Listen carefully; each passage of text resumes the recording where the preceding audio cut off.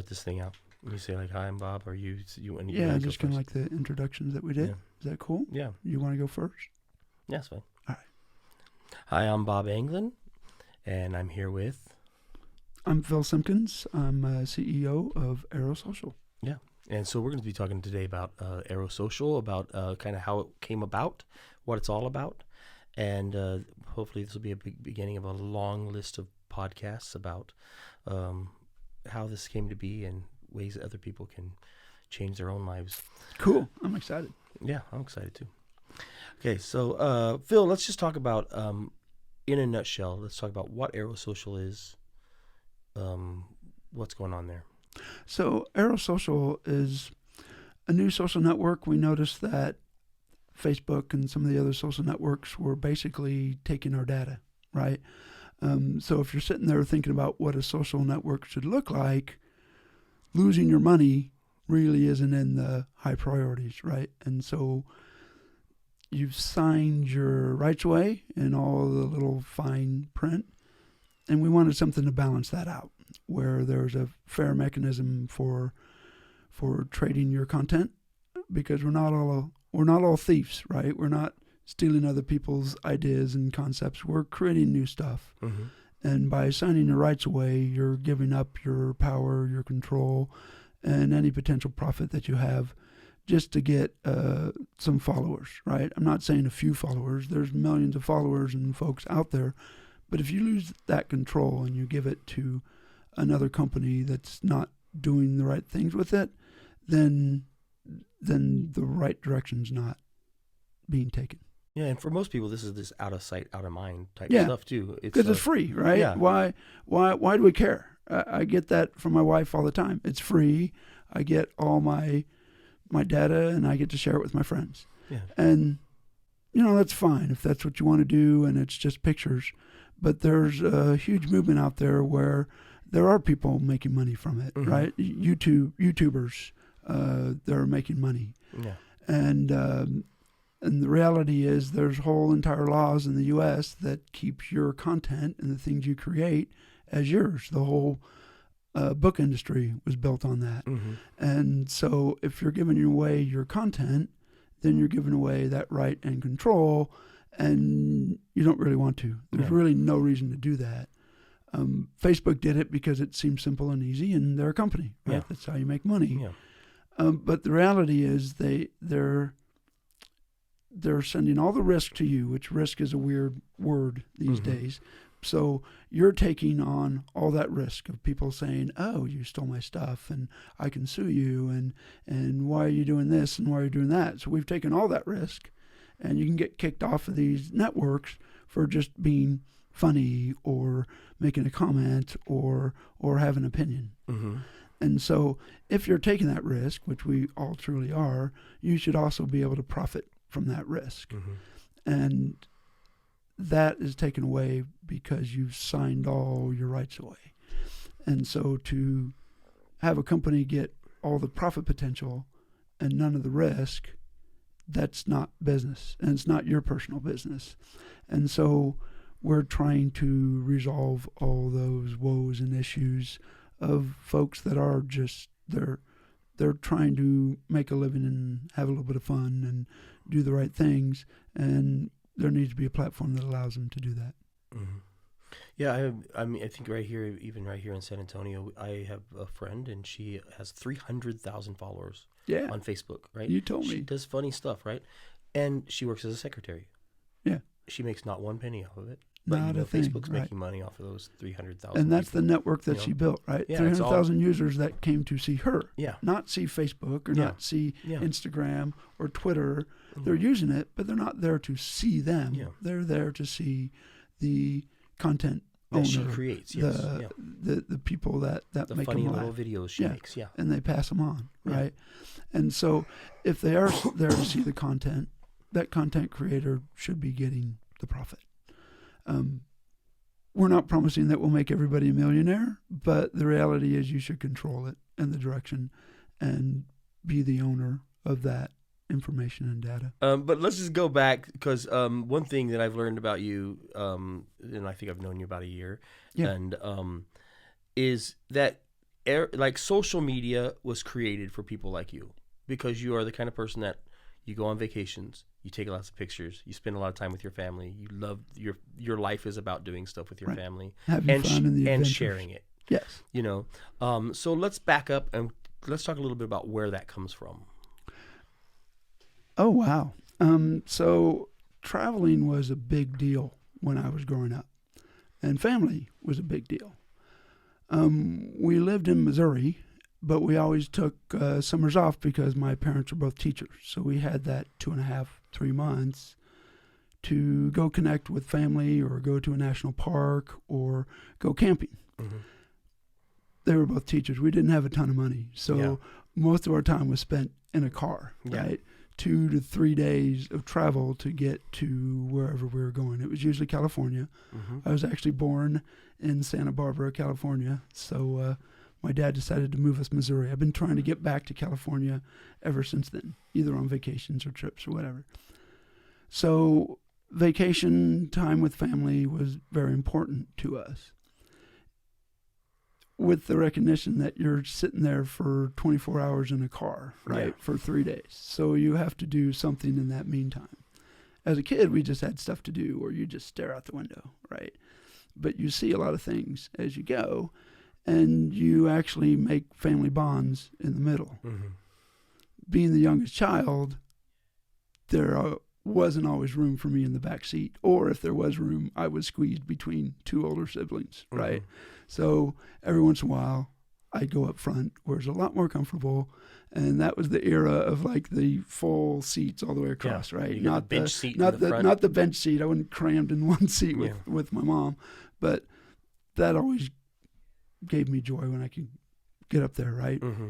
And of course, that was also the era of no seat belts. We weren't illegal; they just didn't exist. Yeah. So I just sleep on my mom's lap or play games or whatever. So I got that bug of travel from that. Mm-hmm. In fact, I've been to 49 states. The last state I have to go to is Alaska. So it's that's just the type of travel we did. We'd go to the East Coast and the West Coast, and even between that. So I got that traveling entertainment bug. Mm-hmm. But that was also the era of, like, when you take a picture, you get one chance, right? Yeah. So we didn't have like 47 pictures to choose from. But I was also, we were in Yellowstone, and I was 10 years old. First time I had a camera, right? So click and point. Well, I was young, so I held down the flash, and literally we got like 12 action pictures of Old Faithful going off for like ever, and then we print them all out. It's like, Phil, or actually it was Philip back then. Why did you take 12 pictures? So that was our first animation effort, right? Mm-hmm. So I just always love being in front of the camera and take pictures and have adventures and see new things. And so it got so much, even when I went to conferences, my boss was sitting there, and I said, can I go to Disney because I'm done with my conferences? And he goes, sure, have fun with your family. And I said, okay. Little did he know, I saw him like 30 minutes later after I changed into my Disney garb and went off to Disney. He goes, dude, Phil was by himself. He just went to Disney, by himself. So I literally did all 4 parks in one day. And it's tough to do when you have somebody else tagging along with you. You got to commit to those type of things. Yeah. So I've just always liked to do, I call it adventure, but there's some things that I do when I'm at conferences and just commit to finding out about the culture and see what's happening in the cities that I go visit. Yeah, the last time I went to Disney, I went by myself. I know, right? Yeah. It's of course, quicker, I've never taken my easier. children, so I'm not a great parent. So we'll resolve that problem. We'll get around that eventually. We'll resolve that problem for you. Go great. So let's move forward a little bit. Yep. You have your own Facebook page. You're sharing all these pictures. You're no longer, you can now take all the pictures you want because we're digital, Woo-hoo. right? And then select the best one. Yeah, and then you put that one, you're posting those things. So what made you go from I'm using Facebook to I'm challenging Facebook. Is that Yeah. the best way to use the best Sure. term for it? I mean, if it happens, it happens, Yeah, I mean, that's right? yeah. But it's not like they're a big, well, they are a big ogre out there. Yeah. But it's not like we direct everything towards that, Yeah. right? You got to go do what you need to do to make sure it happens. So the changing point was I was trying to figure out why I'm doing social, right? Am I doing it to be a YouTuber to make money? Am I doing it to profit from the likes or whatever? And so I'm sitting there on the couch just doing the social thing, and I send a picture.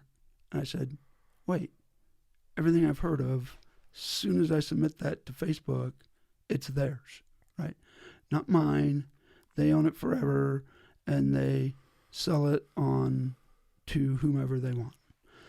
And as soon as I sent it, I said, dude, that's just wrong, right? They don't own that picture. It's a picture of me. And they didn't decide to go to wherever I went or take a picture of. That was my decision, right? Or the family's decision. And then I said, oh, they didn't get my friends either. Like, Facebook's not out there trying to gain friends for you. That's things that I did. And then came along as, oh, well, we can get somebody to sponsor us. And then the next thing Facebook comes out is like, oh, even if you get sponsorship, because we own this, you got to give it to us. Like, wait, what? Not only did you not get the network, not only did you not take the picture, not only did you not decide where we're going to go, and not only did you try to go out and get sponsorships, but you want the money for it after we did all that hard work. Mm-hmm. And that just none of that made any sense to me. Yeah, that makes you're working for Facebook. We're Facebook working for Facebook. For free. And that's not reality, right? And then, of course, everybody buys into it, right? Because, we get followers, and then you can sell the followers, right? But the next evolution of the Facebook thought is, if you sell followers on our network, then we also should get a piece of that, right? That's the next logical step of what they would try to approach, and none of that is correct, right? Mm-hmm. It might be legal, it might not be, but none of that is like true reality, right? Because the content is ours, and what we decide to do with it is our decision. And so with that reality of that, maybe it was a moment, maybe it was like over the years, you just started seeing where things weren't correct, right? And so I wanted to correct that and start working in the social arena and start building a social network. And I started out with no crypto, right? Let's just do US stuff. And then you start seeing that YouTube gets impacted, and YouTube was giving out, at that time it was like you'd get $2,000 to $3,000. It was like 2,000 views equaled $1. And since then they've only paid less and less and less and less, right? And added limits and constraints. And making it harder and harder. Making it harder making and harder. It so that you have and to so have you start seeing all this stuff. It's like, yeah. So one, it's not right that they own all the data. Two, they're restricting and constraining everything, so that's even harder and harder. And you're just sitting there going, no, that's right. And it goes to ownership, it goes to control, and it goes to where our data, and they're doing it under the guise of, you're stealing all people's stuff, and that's not reality either. And so if none of that's reality, there needs to be a mechanism and a network that works. Mm-hmm. If we choose US dollars, then that makes us US centric. Mm-hmm. And that's probably not the best way to do it either. So then came the cryptocurrency capabilities.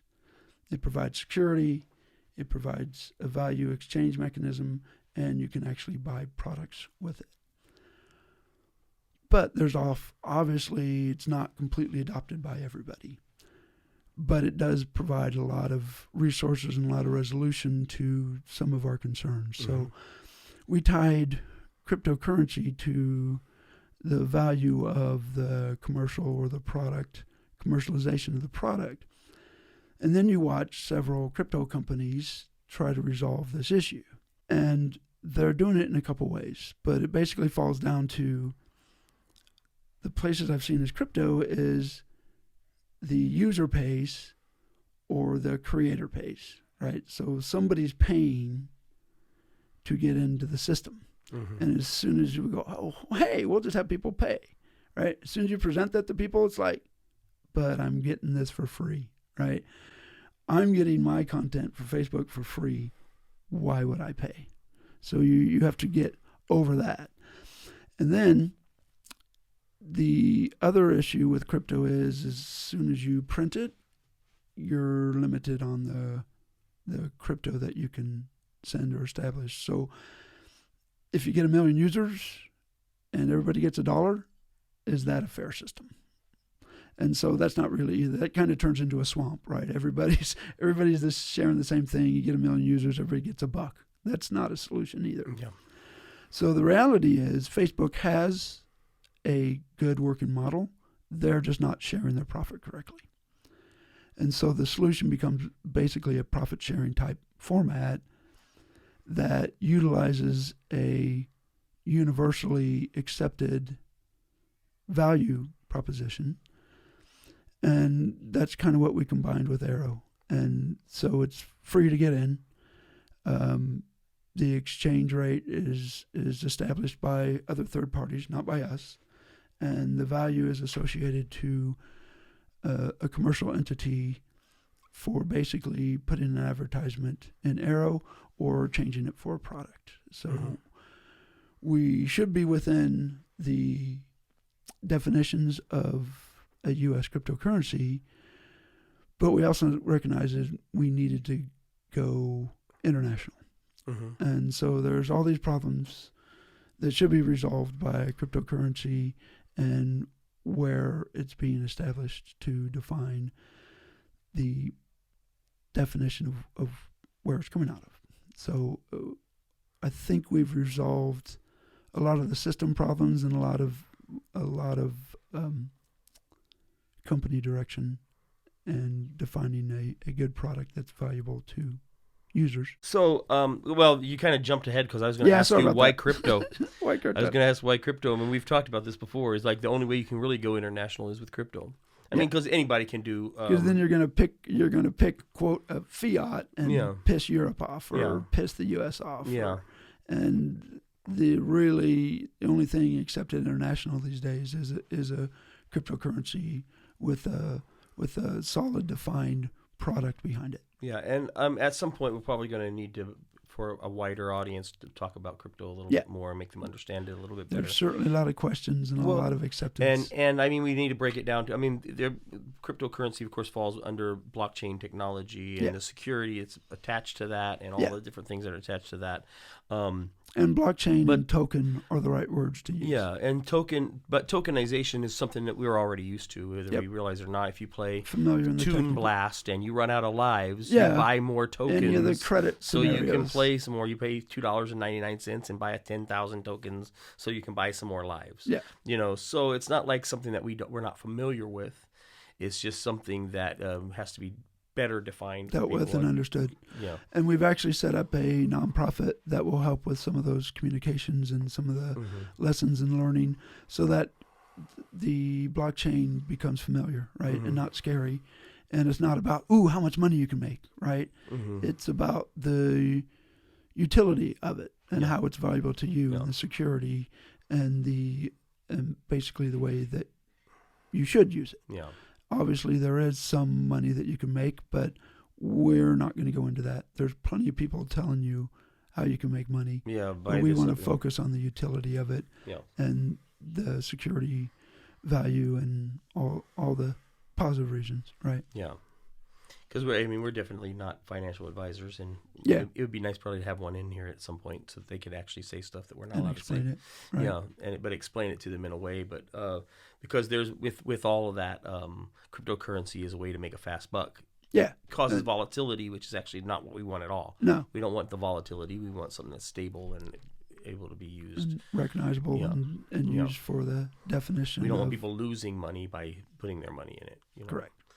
Um, But there's the general understanding that there needs to be a fairer social network, mhm. one that actually focuses on the user's needs and actually focuses on the value that you're actually creating. Yeah. And that gives me energy and excitement, right? And not always does it reflect in my voice, Mm-hmm. because I've been an engineer forever, right? So I try to always bring calm and Yeah. bring things down. But it's exciting to talk to people to find out that there's a desire and there is actually a need in the industry for this equalizing network. So it's kind of cool. Well, and I think what's interesting also is as we kind of look into it more and we get to know people from around the world, Mm-hmm. and we start realizing that, Facebook doesn't have everybody. There's a lot of people not using Facebook at all. Or they're just on and they're just yeah, throwing unimportant stuff on there. There's too much. It's whatever. It's not what they need. Yeah. They need to just be able to share directly to the people that they want to share to. Right. And anybody who's been on Facebook, especially as long as I know, I've been on there for 10 years or something like that. Oh yeah. However long it's been up, really. You start realizing that, how often, as you've used Facebook, have you been like, they got rid of such and such. Yeah, they changed. That's what I this wanted. and- They changed yeah. it up again. Us old people don't like things. Or they're to making you change. pay for Yeah. connecting to your network. Right? Or all of a sudden, like when you start realizing that only 5 of your friends are actually seeing the stuff that you're posting. Yeah.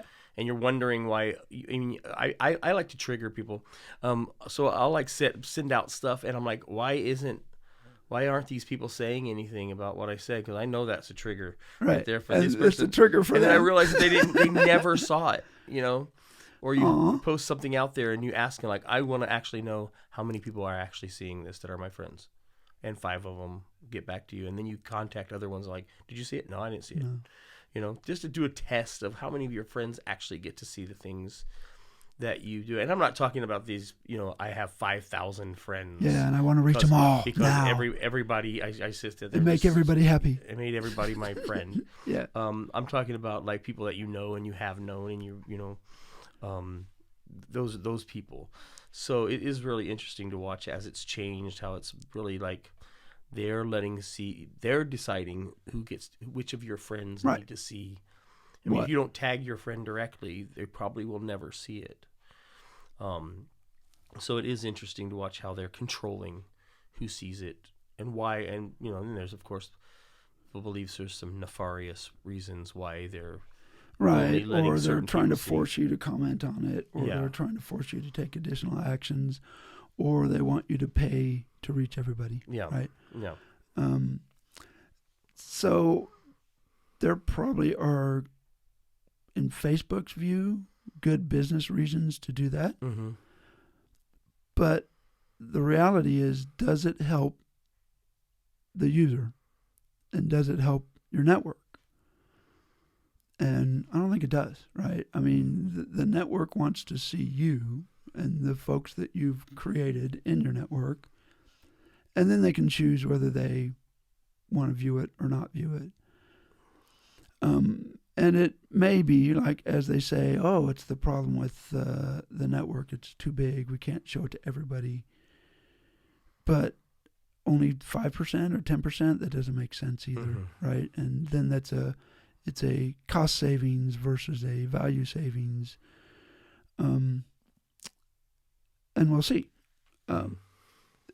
If we have to go to that, then my opinion would be, if you can really only send it to the first blast to 10 people, well, automatically resend it 10 seconds later, or resend it when your network's not as crowded, or have some type of mechanism that automatically resends it. There's several things you can do to make sure that everybody in your network eventually sees it.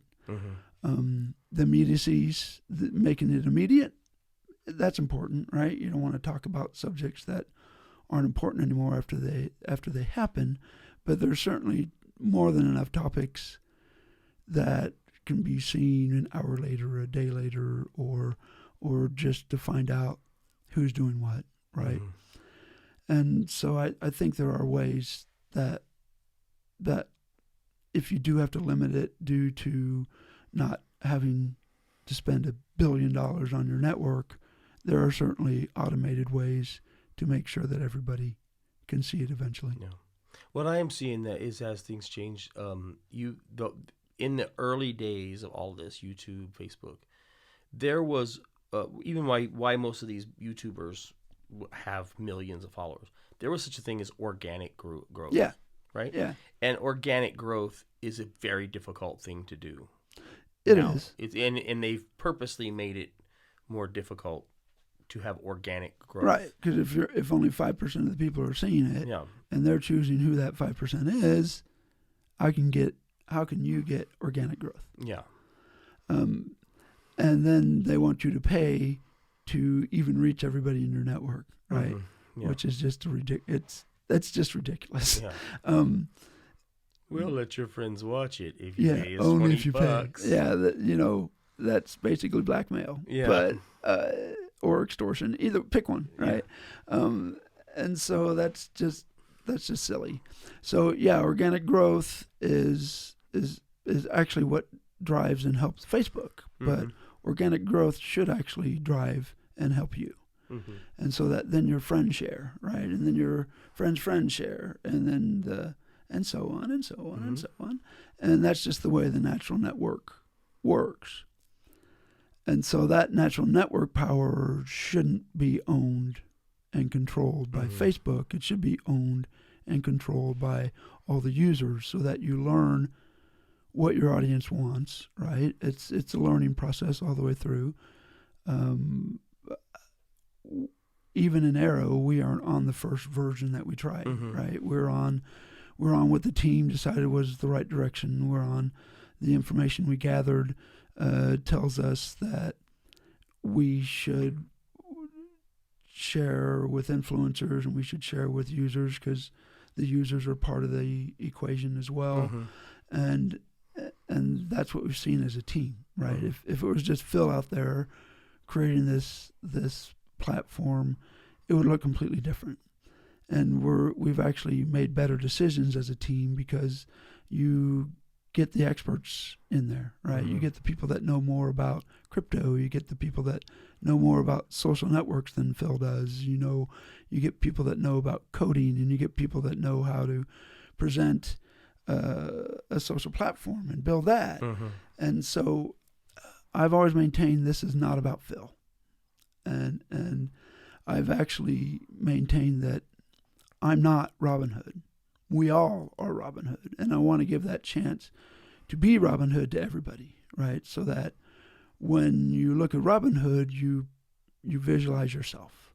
And so that you can take those Robinhood behaviors and utilize that on the network. And so that's one reason why I step back, right? Nobody wants to see Phil for an hour a day. I just can't imagine that that's what people want to see. There may be some, right? Obviously, my family wants to see me, right? Yeah. But that's a different story. Yeah, you're not going to be the next Oprah. Yeah, that's not my goal, right? My goal is not that, hey, let's have the Phil show, right? Or the whatever show, or but if I have to, I'll take that mantle, right? And take it forward. But I'm constantly looking for a replacement to do a better job than I can do. Yeah. Because there's got to be somebody out there. Yeah. And I've found some, right? And that's what we want to have the story be about you. And we want the chance and opportunities for influencers to be the influencers.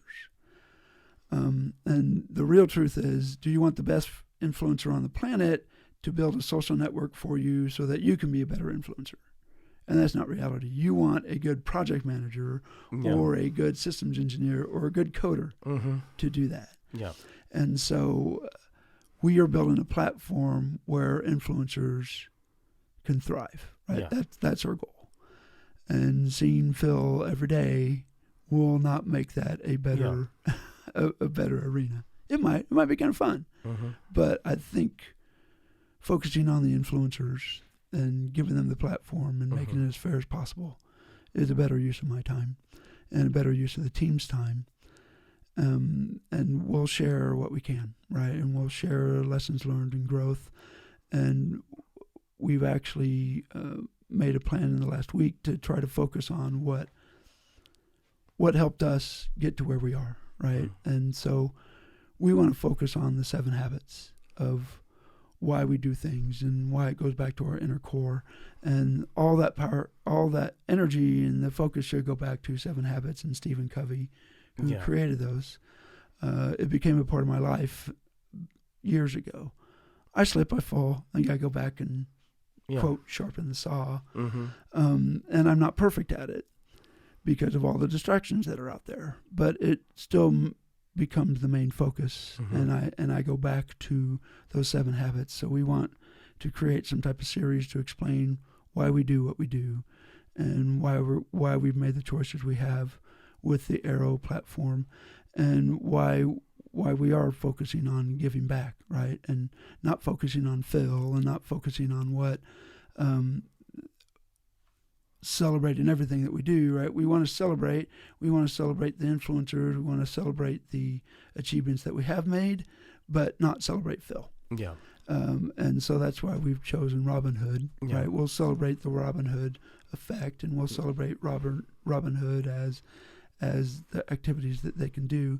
And so we want to focus on things that you do, and make those choices based on what you have done, and then improve on all that. Yeah. Where do you see Arro going beyond people just using it as a social network? Do you see it actually becoming something that, I don't know, has gaming on it and things like that? You know? And so the future is fun, right? And so one thing is most people that I've talked to, I've talked to several folks about social and what they use, and over 50 to 60% say, I want everything included, right? What you see in Snapchat, I want included. What you see in Twitter, I want included. What you do on YouTube, I want included. And Facebook, let's do that too. So everybody wants an all-inclusive social network. So we will make sure that our goal remains to define the best usability of the social networks. Won't come right away, and that's why it's future. But yes, gaming's in that picture. It's one of the reasons why Facebook has a lot of followers. People are playing games on there. So gaming would be great. Also, it'd be nice to have music connected in there. We're talking to several people in the music industry. I'll give a shout out to Good People Management. We're actually working with Good People Management to find and recognize new artists. So it would be great to have a platform on music, and it'd be great to have like extended movies as well. So I can see the future where it is inclusive of entertainment, and that it actually functions in that fair manner that we do see in probably television nowadays, right? So there's a production studio, and there's the overwriting studio, and there's the director, and then there's the picture creation, right? So each one of those is an entity of itself, but then it's also getting the credit for it, and it also has the ownership of it. And then you put it on a platform that cares about you and gives you that ownership and the availability and the networking establishment. So it is about entertainment. It's about music. It's about social. It's about the things in your life that bring happiness. Yeah. And it's the things in your life that you want to do. So there is that future of where we want to make that fair arena and that fair opportunity for everyone in industries and genre and everything that you do. Okay. So it sounds like we covered pretty much everything at this point. But I think so. I think one of the big things that we need to do now is we already know that it's already available on Google Play. It is. True. It's not working as best as I like. Yeah. There's several errors, and please remember it's an alpha. It's an alpha, So we're learning, and we want your feedback. Yeah, we learned lessons from Apple through that process. So it wasn't just a waste of time. It was actually a good coding effort. And then you can just send your email to Robinhood@arro.io, and we'll actually put you on test flight as well for the Apple version. Upcoming, we're going to be doing the 7 habits. Seven habits. And how it's applied to Arro Social and how it's developed, right? Yeah. Sounds like a plan. Sounds like a good idea. Cool. Thanks, Bob. Appreciate problem. you taking your time.